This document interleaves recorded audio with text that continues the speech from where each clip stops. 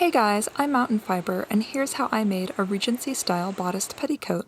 There aren't a ton of reference images for bodiced petticoats online, but I did find a few, notably this one from MFA Boston on the left, which is sleeveless and has a high waistline. The lovely whitework hem suggests that the skirt may have been visible when worn. The second example I found is this one on the right from the Met. Bernadette Banner covers this petticoat in detail in one of her videos, so I'll try not to repeat too much of what has already been said. The Met petticoat is gathered with a drawstring in the front and fastened in the back with 2 buttons and a drawstring at the waist. For my version, I think I'll try replacing the waist drawstring with a 3rd button. It's worth noting that this petticoat is probably from the later part of the period, that is, the 1810s or 20s, due to the slightly lower waistline, which I will raise for my own version, and also that it has fairly distinctive 18th century arm size. The design of the bodice was likely adapted from an older model of how arm size ought to be drafted, either a physical pattern or a mental template.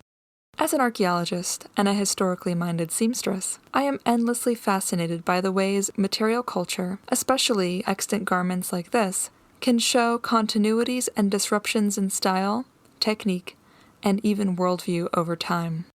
Here's a messy sketch of my pattern pieces. The skirt portion will be constructed with 2 side seams and a center back seam. The center front panel is cut slightly A-line. Then I'll be pleating the 2 side back panels down to match the front skirt panel, in order to create some volume in the back. I have a very limited amount of fabric, just 1.5 yards of 56-inch wide quilting cotton, so by necessity my petticoat will be quite short.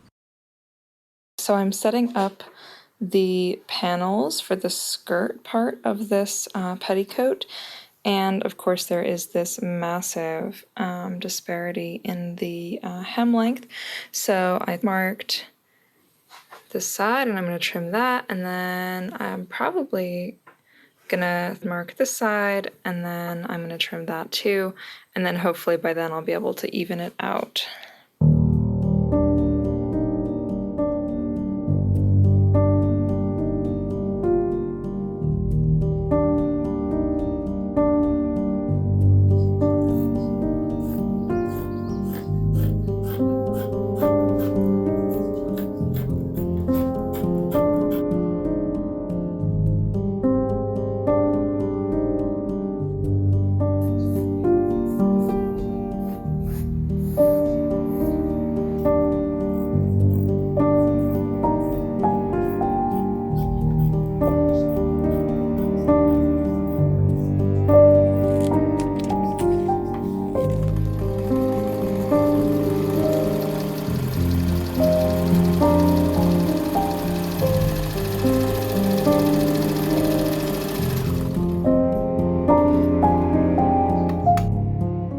I gathered the front bodice down to 16 inches and sewed the bodice pieces together, felling down the raw edges.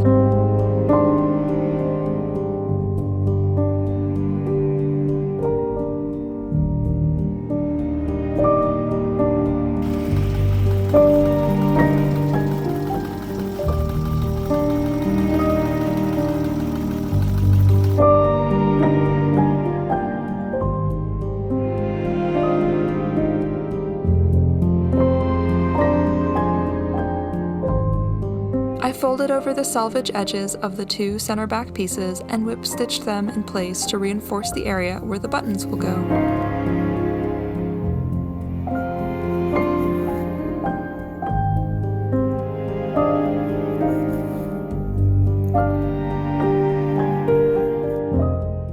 I pinned and sewed a strip of fabric to form a waistband and joined it to the bottom of the bodice.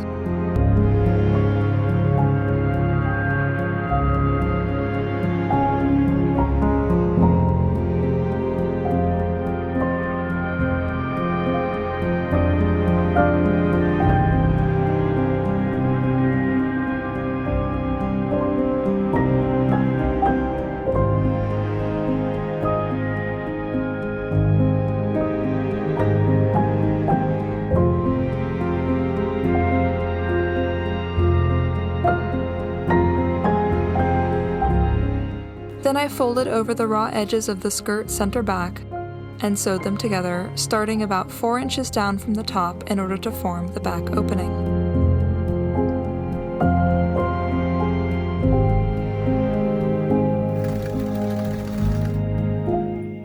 After that, I attached the skirt to the waistband.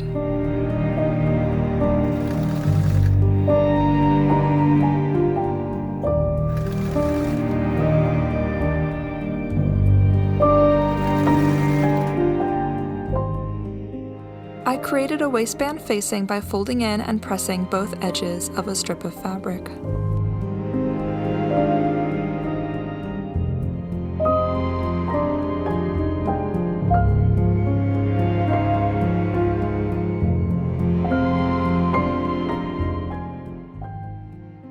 Here is the update on my progress so far. I have pinned in the interior waistband, and I'm just going to be tucking these edges under and then whip stitching it into place on both sides. However, before I do that, I need to figure out actually how I'm going to do the closures on this, because I was thinking, oh, well, I'll just have 3 buttons and it'll meet in the back, and then, oh, wait, it's going to be really bulky back here if one crosses over the other, and then it kind of ruins this whole sort of like thing that I've done with the pleating and the little slits. So funnily enough, I'm going to be, against my own wishes, following the extant garment with a button up here and a button in the middle, and then I'm going to have a drawstring which will draw these two together without them having to overlap. That is the plan of action so far.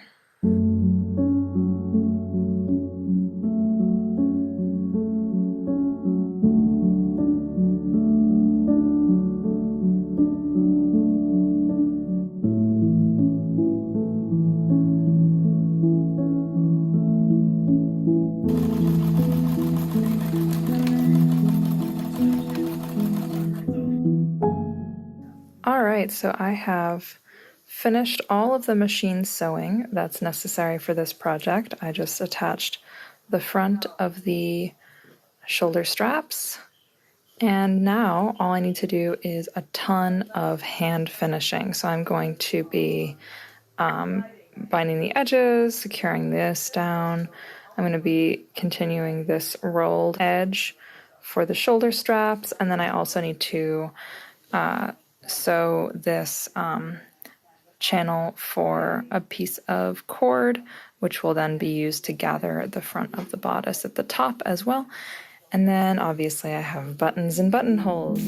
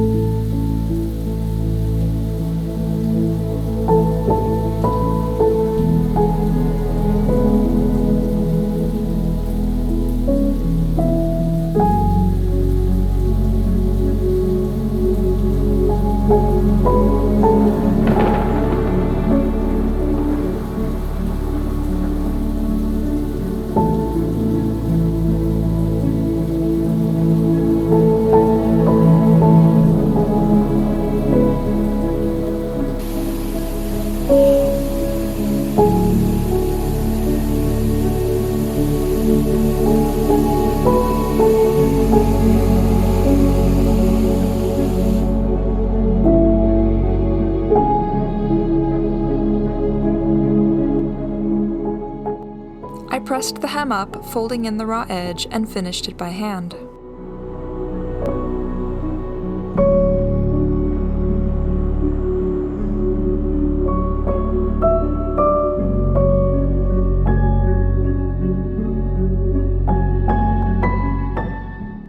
The buttons are vintage milk glass from my stash, and the buttonholes were finished using thick cotton twist and the buttonhole stitch.